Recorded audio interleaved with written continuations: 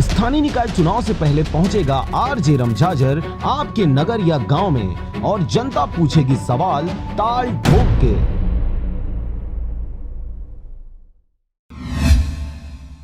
नमस्कार, आप देख रहे हैं आरजे रमझाझर और मैं हूं पुखराज सिंह। प्रदेश कांग्रेस अध्यक्ष मोहन मरकाम एवं मंत्री कवासी लखमा के नेतृत्व में आदिवासी नेताओं के प्रतिनिधि मंडल ने सारकेगुड़ा के गुनाहगारों और उनके संरक्षण देने वालों पर कड़ी कार्रवाई की मांग को लेकर राज्यपाल अनुसुईया उइके से मिल ज्ञापन सौंपा गया। ज्ञापन में कहा गया है कि छत्तीसगढ़ में नक्सलवाद पूर्ववर्ती सरकार की गलत नीतियों के कारण बेकाबू हो गई है तथा उसे लगाम लगाने की कोई ठोस नीति तैयार नहीं की गई, बल्कि सीधे सीधे ग्रामीण आदिवासियों को निशाना बनाया गया, जिसका स्पष्ट उदाहरण है सारकेगुड़ा फर्जी मुठभेड़ की न्यायिक जांच रिपोर्ट। सारकेगुड़ा न्यायिक जांच आयोग की रिपोर्ट में हुए खुलासे से यह स्पष्ट हो गया है कि 28-29 जून 2012 की रात ग्रामीण आदिवासियों की नृशंस हत्या की गई। आपको बता दें कि 28-29 जून 2012 की रात बारसागुड़ा थाना अंतर्गत सारकेगुड़ा बिजपंडुम में बैठक चल रही थी।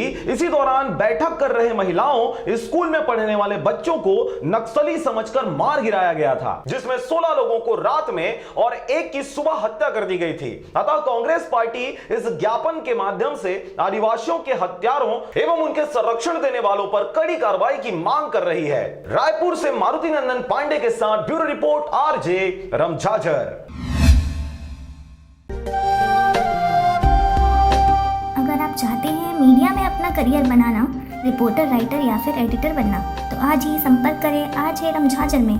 हमारा पता है सुर्रीघाट बाईपास रोड, पड़ाव चौक, मुंगेली।